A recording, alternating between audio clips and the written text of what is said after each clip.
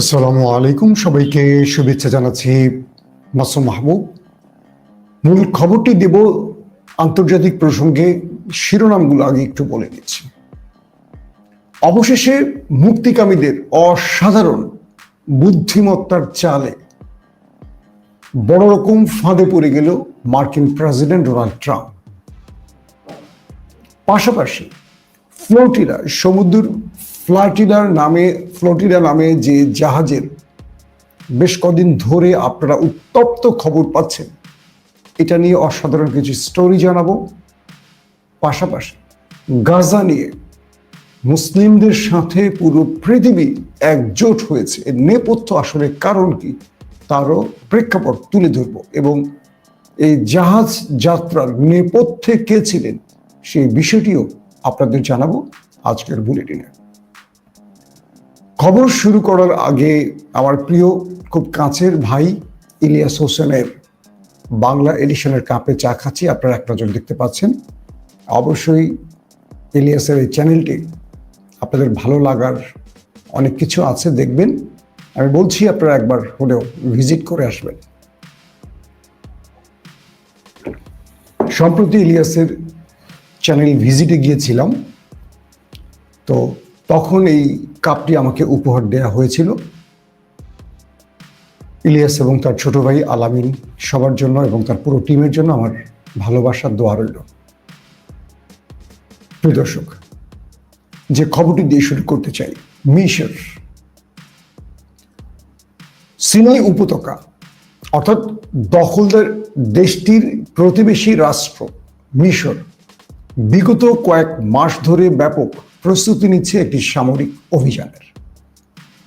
মিশরের গণমাধ্যমগুলো থেকে যে তথ্য পাওয়া যাচ্ছে সেটা হলো মিশর তার বিশাল সামরিক বাহিনীকে রাফা পাশাপাশি সিনাই উপত্যকায় জড়ো করেছে। দখলদারদের উপরাষ্ট্রদূত জানিয়েছেন, দখলদার বলতে আমি কোন দেশটিকে বোঝাই আপনারা বোঝেন, আমি রাষ্ট্রটির নাম উল্লেখ করছি না, আপনারা বুঝে নেবেন। দখলদারদের উপরাষ্ট্রদূত জানিয়েছেন মিশর দখলদারদের বিরুদ্ধে একটা যুদ্ধের প্রস্তুতি নিচ্ছে এবং সেই প্রস্তুতির হিসেবে তারা সীমান্তের কাছাকাছি টানেল বা সুড়ঙ্গ খনন করেছে এবং তারা আধুনিক অস্ত্রশস্ত্র জড়ো করেছে। বিশাল একটা সেনাবাহিনীকেও সিনাই উপত্যকার কাছাকাছি জড়ো করেছে।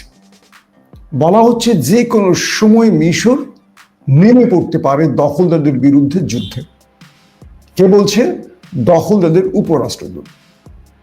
পাশাপাশি এটিও বলা হয়েছে যে হামাসের সাথে মিশর সরকার অর্থাৎ আব্দুল ফাত্তাহ আল সিসি সরকারের একটা গোপন সমঝোতা হয়েছে। আমি বলছি না, দখলদারদের একজন হাই অফিসিয়াল বলছেন, এবং সেই সমঝোতাটি হয়েছে মূলত যে হামাসকে আশ্রয় দেবে মিশর এবং গোপনে হামাস যাতে মিশর দিয়ে গাজাতে অস্ত্র ঢোকাতে পারে এটি না দেখার ভান করে থাকবে মিশর। এতদিন আমরা জানি যে মোহাম্মদ মুরসি তার আমলে রাফা সীমান্তটি খুলে দেয়া হয়েছিল এবং এই সময়টিতে হামাস বা প্রতিরোধ বাহিনী বিভিন্ন দেশ থেকে সহযোগিতা পেয়েছে, আধুনিক অস্ত্র তৈরির বিভিন্ন যন্ত্রপাতি পেয়েছিল। কিন্তু আরব রাষ্ট্র, ইসরায়েল, আমেরিকার সম্মিলিত চেষ্টায় মিশরের মোহাম্মদ মুরসি সরকারকে ক্ষমতাচ্যুত করে আব্দুল ফাত্তাহ আল সিসি। বর্তমানে তিনি এখন শাসন ক্ষমতায় বসে আছেন, এই সেনা প্রধান। তো যখন দেখা গেল দখলদাররা গ্রেটার ইসরায়েল তৈরির খেলায় মেতে উঠেছে এবং এই গ্রেটার ইসরায়েল তৈরির জন্য তারা কেবল ফিলিস্তিন নয়, তারা জর্দান, লেবানন, সৌদি আরব সহ মিশর সহ আরো বহু দেশে তারা আক্রমণ চালাতে পারে এবং সেই দেশগুলোকে দখলে নিতে পারে, এমন একটি প্রস্তুতির হিসেবে পুরো মুসলিম রাষ্ট্রগুলো বুঝতে পেরেছে নেতানিয়াহু ব্যাকগ্রাউন্ডে ভিন্ন খেলা খেলছে আর অন স্ক্রিনে ভিন্ন কথা বলছে। এবং কাতারে আক্রমণের পর আরবদের ঘুম ভেঙেছে। মিশর সেই হিসেবে তার সব রকম প্রস্তুতি সম্পন্ন করেছে। মিশর বলছে আমরা আমাদের নিরাপত্তার প্রয়োজনে সামরিক নিরাপত্তা বাড়িয়েছি। দখলদাররা বলছে যে না, মিশর যে কোনো সময় আক্রমণ করতে পারে। এবং আজকের লেটেস্ট আপডেট বলছে মিশরের প্রস্তুতি এমন হয়েছে যে মিশর যে কোনো সময় ইসরায়েলে আক্রমণ চালাতে পারে, তার সব রকম প্রস্তুতি সম্পন্ন করেছে। আর সেই দখলদারদের হাই অফিসিয়াল যেটি বললেন যে হামাসের সাথে একটা গোপন চুক্তি হয়েছে মিশরের, যদি এটি বা এই তথ্যটি সঠিক হয় তাহলে ধরে নেওয়া যেতে পারে হামাসের কাছে অনেক আধুনিক অস্ত্র পৌঁছে গেছে। কারণ সাম্প্রতিক সময় তুরস্ক এবং মিশর যৌথ সামরিক মহড়া চালাতে যাচ্ছে। এটি হলো দখলদারদের মূল টেনশনের কারণ। আর তুরস্কের president Erdogan Abdel Fattah al সিসিকে যে কোনোভাবে বাগে আনার জন্য চেষ্টা চালিয়ে যাচ্ছেন। এমনকি এরদোয়ান এমনটিও বলেছেন আবদেল ফাত্তাহ আল সিসিকে যে তোমার ক্ষমতাকে লাগলে আমরা টিকিয়ে রাখবো, কিন্তু আমাদেরকে ফিলিস্তিনকে রক্ষায়, গাজাকে রক্ষায় সাহায্য করো। আমাদেরকে তুমি তোমার সীমান্তে মানে ঢোকার সুযোগ দাও, আমার সেনাবাহিনীকে এখানে আসার একটা সুযোগ করে দাও। আর সেই সুযোগটি এবার পেতে যাচ্ছে তুরস্ক। তারা মিশরের সাথে যৌথ সামরিক মহড়া চালাবে। আর এই খবরে দখলদার বাহিনীর ঘুম হারাম, কারণ এখানে তুরস্ক আসবে সামরিক মহড়ার নাম করে, কিন্তু এই সুযোগে তুরস্কের ইন্টেলিজেন্স, সেনাবাহিনী এবং আধুনিক অস্ত্র হয়তো বা হামাসের কাছে পৌঁছে দিয়ে যাবে। এই ভয়টি থাকবে দখলদারদের। নাম্বার 1। নাম্বার 2 হলো নেতানিয়াহু আর ট্রাম্পের মধ্যে বিগত সময়ে যে আন্ডারস্ট্যান্ডিংটা আমরা দেখলাম, সেই আন্ডারস্ট্যান্ডিং ছিল গাজাকে কে কিভাবে দখল করবে। এরপর যখন ট্রাম্প আলটিমেটাম দিল গাজার প্রতিরোধ বাহিনীকে যে এই 20টা শর্ত না মানলে আমরা গাজাকে ধ্বংস করে ফেলব, তখনই খুব বুদ্ধিদীপ্ত অসাধারণ রাজনৈতিক প্রজ্ঞার পরিচয় দিয়ে হামাস তার নতুন খেলাটি খেলেছে। আমি গতকালকে লাইভে বলেছি, হামাস ট্রাম্পের সকল শর্ত মেনে নিয়েছে এবং বলছে যে তারা অস্ত্র সমর্পণ করবে এবং ইসরায়েলকে এই অঞ্চল ছেড়ে চলে যেতে হবে। পাশাপাশি তারা ফিলিস্তিনের আন্তর্জাতিক অর্থাৎ মাহমুদ আব্বাস সরকারের কাছে, আন্তর্জাতিক স্বীকৃত সরকারের কাছে ক্ষমতা অর্পণ করে চলে যাবে এবং তারা দখলদারদের সকল জিম্মিকে মুক্তি দেবে। আর এতে করে ট্রাম্প খুশি হয়ে গিয়েছিলেন যে তার নোবেল বিজয়টা এবার একেবারে নাকের ডগায়। কিন্তু পাল্টা আক্রমণ করে ট্রাম্পকে বড় রকম ধাক্কা দিল নেতানিয়াহু, কারণ হামাস শর্ত মানার পরও নেতানিয়াহু আক্রমণ করেছে। আর এটি জানতো হামাস যে আমরা সকল দাবি মানলেও ওরা আক্রমণ করবে। আর এই বিষয়টি পৃথিবীকে দেখানোর জন্য হামাস খুব কৌশলে খেলাটি খেলেছে। আন্তর্জাতিক জার্নালগুলো, আউটলেটগুলো বলছে যে হামাসকে এই রাজনৈতিক প্রজ্ঞার খেলাটি তৈরি করে দিয়েছে দুজন ব্যক্তি, একজন রজব তাইয়েপ এরদোয়ান, অন্যজন হাকান ফিদান, তুরস্কের পররাষ্ট্রমন্ত্রী। কারণ তুরস্কের এরদোয়ান জানেন নেতানিয়াহুর ক্যারেক্টার এবং সেই ফাঁদে পড়ে গেছে ট্রাম্প। এখন যখন আক্রমণ আবার পাল্টা হয়েছে প্যালেস্টাইনে, হামাস বলছে যে আমরা যুদ্ধবিরতি করব, মানে আমরা অস্ত্র সমর্পণ করব না, কারণ আমাদের বৈধ অধিকার আছে অস্ত্র আমাদের কাছে রাখার। কারণ যে কোনো সময় দখলদাররা আমাদের উপর হামলা করলে আমাদের নিরাপত্তার প্রয়োজনে এই অস্ত্রগুলো আমাদের লাগবে। ট্রাম্প পড়ে গেছে বেকায়দায়, তার নাকের ডগা থেকে নোবেলটা এখন দূরে চলে যাচ্ছে, হাতছাড়া হয়ে যাচ্ছে। কি করবে এখন ট্রাম্প? কারণ ট্রাম্পের চালে ট্রাম্পকে গুগলি দিয়ে আটকে দিয়েছে প্রতিরোধ বাহিনী।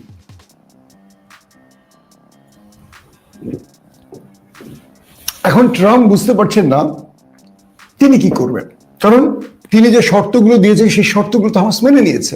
তাহলে যুদ্ধ বন্ধ হচ্ছে না কেন? এখন তো আর হামাসকে দায়ী করা যাবে না। তার মানে এখন ট্রাম্প যদি যুদ্ধ বন্ধ করতে না পারেন, টোটাল ব্লেমটা তার ঘাড়ে নিতে হবে। কারণ প্রতিদিনই জাহাজ ভর্তি করে, কার্গো বিমান ভর্তি করে দখলদার দেশটিকে অস্ত্র দিয়ে যাচ্ছে বিশ্বমরণরা, আর অন্যদিকে পুরো ইউরোপ দখলদারদের বিরুদ্ধে আস্তে আস্তে জোট তৈরি করছে, একটা হচ্ছে, আর বন্ধু হারাচ্ছে নেতানিয়াহু। এখন ট্রাম্প বেচারা পড়ে গেছে মাইনকাচি পায়। এদিকে চীন চমৎকার আরেকটি ডাইনামিক চাল দিয়েছে। বর্তমান সিচুয়েশন বলছে আমেরিকার প্রধান টার্গেট ইরান নয়, রাশিয়া নয়, প্রধান টার্গেট হলো চীন। চীনকে সাহায্য করার জন্যই ইরানকে ধরছে, রাশিয়াকে ধরছে, চীনের মিত্রদের ধরছে। ইভেন পাকিস্তানের সাথে ঘর সংসার শুরু করেছে আমেরিকা, কারণ চীনকে তাদের দুর্বল করতে হবে। চীন করলো কি, এই সময়টাতে বুঝলো যে ডোনাল্ড ট্রাম্প যে হারে তার ট্যারিফ যোগ করছে বা চীনের বিরুদ্ধে একটা বিশ্বযুদ্ধের মানে বাণিজ্যিক যুদ্ধের যে পরিকল্পনা নিয়ে এগুচ্ছে এবং আফগানের বাগরাম বিমান ঘাঁটিতে ঢোকার চেষ্টা করছে, পাকিস্তানে ঘাঁটি করার চেষ্টা করছে, যে নানান পরিকল্পনা ট্রাম্পের, এটা বন্ধ না করলে যে কোনো সময় তৃতীয় বিশ্বযুদ্ধ লাগিয়ে দিতে পারে এই মাথামোটা ড্রাম।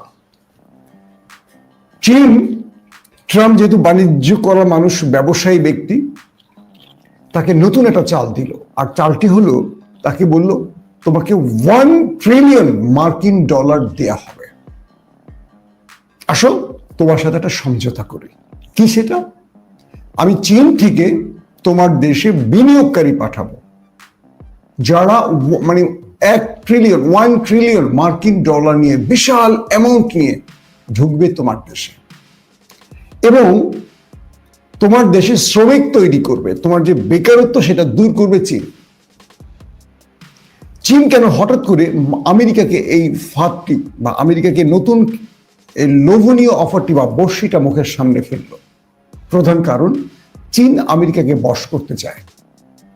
আর এই যে $1 ট্রিলিয়ন চীন দেবে, এমনি দেবে না, দান করবে না, আরবদের মতো মাথা বিক্রি করবে না। চীন যেটা করবে সেটা হলো, চীন চাইছে তার যত আধুনিক প্রযুক্তি হোক, সেটা ইলেকট্রিক গাড়ি হোক, সেটা আধুনিক কোনো যন্ত্রপাতি, বা চীন যে উৎপাদন করছে বিশ্বমানের যেই পণ্যগুলো, যেগুলো ইউরোপ আমেরিকায় ব্যাপক চাহিদা রয়েছে, চীন সেই বাজারটা তৈরি করতে চাচ্ছে এখন আমেরিকায়। চীন এই $1 ট্রিলিয়ন মার্কিন ডলার নগদ টাকা নিয়ে যাবে না, চীন আমেরিকায় কারখানা তৈরি করবে, বিভিন্ন ইনভেস্টর পাঠাবে আমেরিকায়, এবং চীনের তৈরি বিভিন্ন যন্ত্রপাতি, গাড়ি, এটা সেটা, মানে চীনের তো একদম সব আছে, জন্ম থেকে মৃত্যু পর্যন্ত যা লাগবে একটা মানুষের সব চীনের আছে। তো এগুলো চীন নিয়ে এখন ঢুকবে আমেরিকায়, আমেরিকাকে টাকা দেবে $1 ট্রিলিয়ন, আর চীন তার সকল যন্ত্রপাতি বা তার সকল পণ্য নিয়ে আমেরিকা এখন ট্যারিফ মুক্ত পরিবেশ, অর্থাৎ এই বাণিজ্যিক চুক্তির ফলে চীনের সাথে ট্যারিফ যে খেলাটি, এটি বন্ধ হয়ে যাবে। তো চীন কি করবে, তার পণ্যগুলোকে নিয়ে আমেরিকায় উঠবে, অর্থাৎ পণ্য বেচবে। তার মানে চীন যে টাকাটা দিবে সেই টাকাটা আমেরিকা থেকে চীন নেবে, নিজের পকেট থেকে দেবে না। কারখানা করবে, বিনিয়োগকারী পাঠাবে, চীনের টাকা। আবার চীন কি করবে, তার পণ্যটা সেখানে বিক্রি করবে, করে আমেরিকা টাকা নিয়ে আবার চলে আসবে। তো এই চালে বলা হচ্ছে, বিভিন্ন আউটলেটে দেখলাম ট্রাম্প রাজি হয়েছে, এই $1 ট্রিলিয়ন মার্কিন ডলারের অফারে ট্রাম্প রাজি হয়ে গেছে, অর্থাৎ চীন তার বুদ্ধিদীপ্ত খেলায় ট্রাম্পকে বশ করেছে। তো সেই সময়টিতে হামাস যখন বলল ট্রাম্পকে, এবার বল তোমার কোর্টে, তুমি সিদ্ধান্ত নাও, তুমি আমাকে যা বলছো আমি মেনে নিয়েছি, এখন তুমি যুদ্ধবিরতি ঘটাও, নতুবা তুমি কান ধরে উঠবস করো, কারণ তুমি আমাকে বলছো আমি মেনে নিয়েছি, এবার তুমি দেখো তোমার বন্ধু, তোমার আশ্রয় থাকা, তোমার অস্ত্র নিয়ে আমাদের মারছে, সে যুদ্ধ বন্ধ চায় না, সে জিম্মি মুক্তি চায় না। এখন মাইনকাচি ব্যয় পড়ে গেছে মিস্টার ট্রাম্প। আসেন এবার আসে ফ্লোটিলা। আপনারা বিগত সময় শুনে আসছেন ফ্লোটিলার অনেক হিস্টরি। আমি কিছু হিস্টোরিক্যাল তথ্য দিয়ে আমি চলে যাব, আজকে এটা সংক্ষিপ্ত আকারে বলবো, অন্যদিন লম্বা করে হয়তো আপনাদের বলবো। ফ্লোটিলার ইতিহাসটি, এই যে গাজার উদ্দেশ্যে স্পেনের বার্সেলোনা থেকে যে মানে প্রায় 500 থেকে আরো অধিক বলা হচ্ছে, 500 বলা হচ্ছে, বা তার আরো অধিক মানুষ গেছে গাজাতে ওষুধ খাদ্য নিয়ে, প্রায় 50টি দেশের মানুষ, অজস্র জাহাজ নিয়ে। এই হিস্ট্রিটা দুটো সিগনিফিকেন্ট ঘটনা ঘটাচ্ছে। এক, যে পশ্চিমা দুনিয়া ফিলিস্তিনের বিরুদ্ধে দাঁড়িয়ে ইসরায়েলের সমর্থন জুগিয়েছিল, আজ তারা মানুষের কাছে বোঝানোর চেষ্টা করছে, পৃথিবীকে বোঝানোর চেষ্টা করছে, দেখো আমরা কতটা মানবিক, আমরা কিভাবে এগিয়ে আসছি। এক ঢিলে দুই পাখি মারছে। আমি এটাকে সমর্থন করছি, কিন্তু মেসেজটা খেয়াল করবেন। প্রায় 70% অমুসলিম এই জাহাজ ভর্তি করে তারা রওনা হয়ে গাজায় এসছেন। 30% ধরেন মুসলিম। এর মধ্যে আরবের অধিকাংশ দেশের কোনো মুসলিম নেই। বাংলাদেশ থেকে আমাদের একজন ফটোগ্রাফার শান্তিকামী ভাই শহীদুল আলম ভাই আছেন, পাকিস্তান জামায়াতের একজন অন্যতম নেতা আছেন, সিনেটর মোশতাক আছেন, এবং সবচেয়ে বেশি রয়েছে মুসলিমদের মধ্যে তুর্কি নাগরিক। মিস্টার মাইকেল তিনি এই ফ্লোটিলার প্রচলনটি এনেছিলেন সামনে।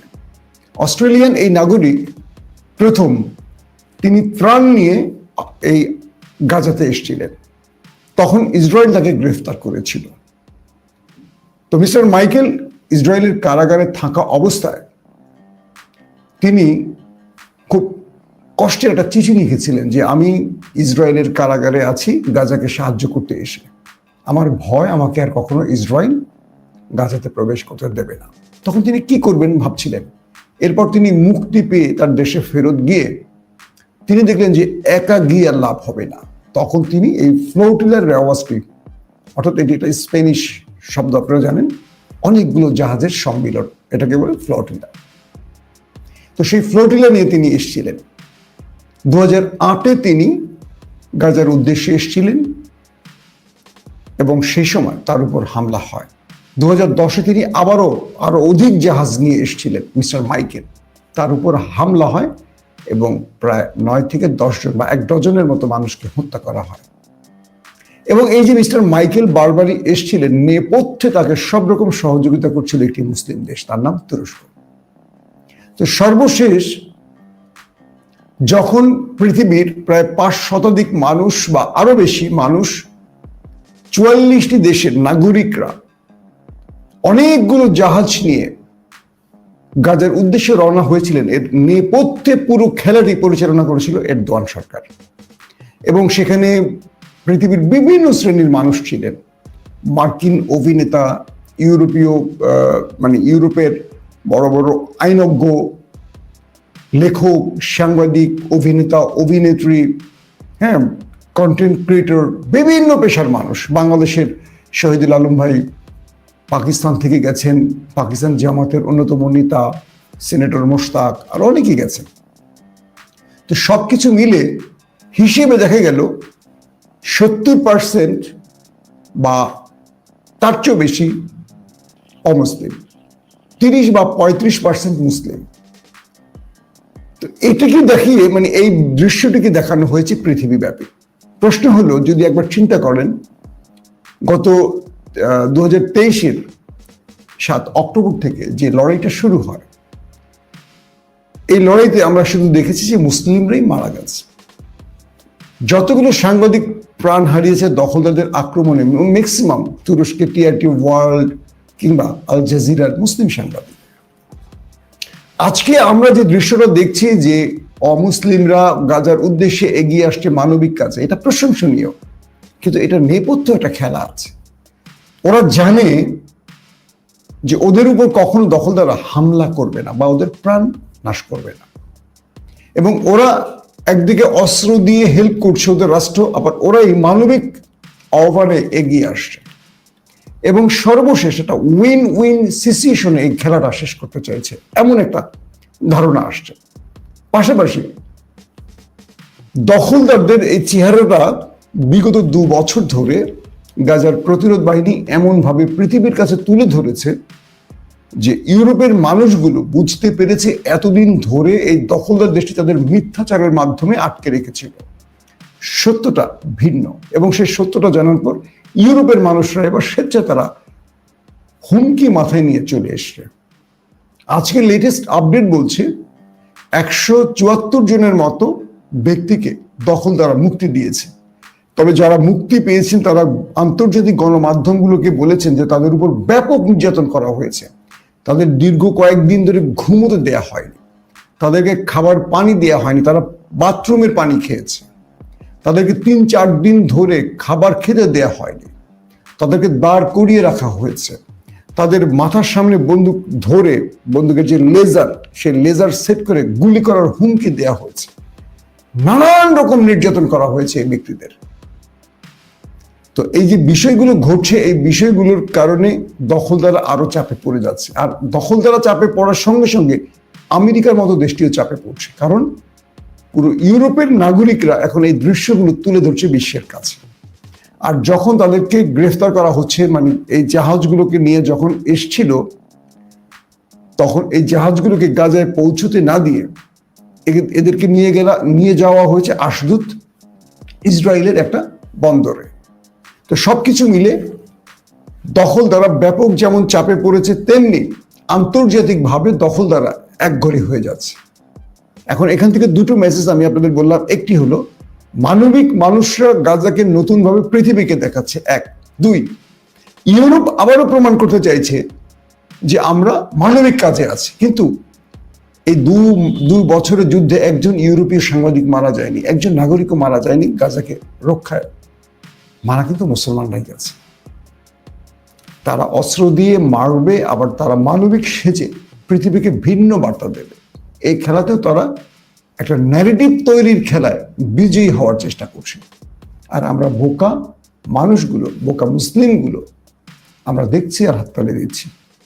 তবে মিস্টার এরদোয়ান এই অসাধারণ খেলাটার নেপথ্যে খেলেছেন। এই ফ্লোটিলা জাহাজের যে সম্মিলন ভূমধ্যসাগর পেরিয়ে এসছে গাজার উদ্দেশ্যে, এটার পেছনে এরদোয়ান সরকার আছে, এমনটি প্রকাশ্যে গণমাধ্যমগুলোতে এসছে দখলদারদের গণমাধ্যমে। তাই তাদের এখন ভয় যে আগামী নেক্সট ফ্লোটিলায় তুরস্ক কোন চমকটি দেখাতে পারে, এবং সেখানে কি তুরস্ক বা আদার্স প্রতিটি দেশ সামরিক বহর পাঠাবে কিনা ত্রাণবাহী জাহাজের সাথে। নতুন রকম পরিকল্পনায় এরদোয়ানের তুরস্ক আবারও একটা খেলা খেলতে পারে। এজন্য দখলদার দেশটি নতুনভাবে চিন্তা করছে। তবে সর্বশেষ যে বার্তাটি দিয়ে এই ভিডিওটি শেষ করতে চাই, সেটি হলো পুরো পৃথিবীর কাছে নেতানিয়াহু প্রশ্নবোধক চিহ্নে আটকে গেছে। এখন তার পথ একটি, যুদ্ধ বন্ধ করা। যুদ্ধ বন্ধ করা মানে হলো তার ক্ষমতা হারা, অর্থাৎ তিনি যে প্রচুর দুর্নীতি মামলায় তার উপরে রয়েছে, এই মামলাগুলোর বিচার শুরু হওয়া। আর বিচার শুরু হওয়া মানে আজীবনের জন্য কারাগার তার ঠিকানা। আর এখান থেকে বাঁচার একটি পথ, যুদ্ধকে লং করে, যুদ্ধকে দীর্ঘ করে যতদিন পারে টিকে থাকা। এখন প্রশ্ন হলো, শেষ পর্যন্ত যুদ্ধ কি বন্ধ হচ্ছে, নাকি এই যুদ্ধ নতুন নাটকীয়তা আবারও অন্যদিকে মোড় নেবে? সেটা হয়তো আমরা সামনের সময়গুলোতে বলতে পারবো। বিদায় দিচ্ছি আজকের মতো। প্রত্যেকে ভালো থাকবেন। আল্লাহ হাফেজ।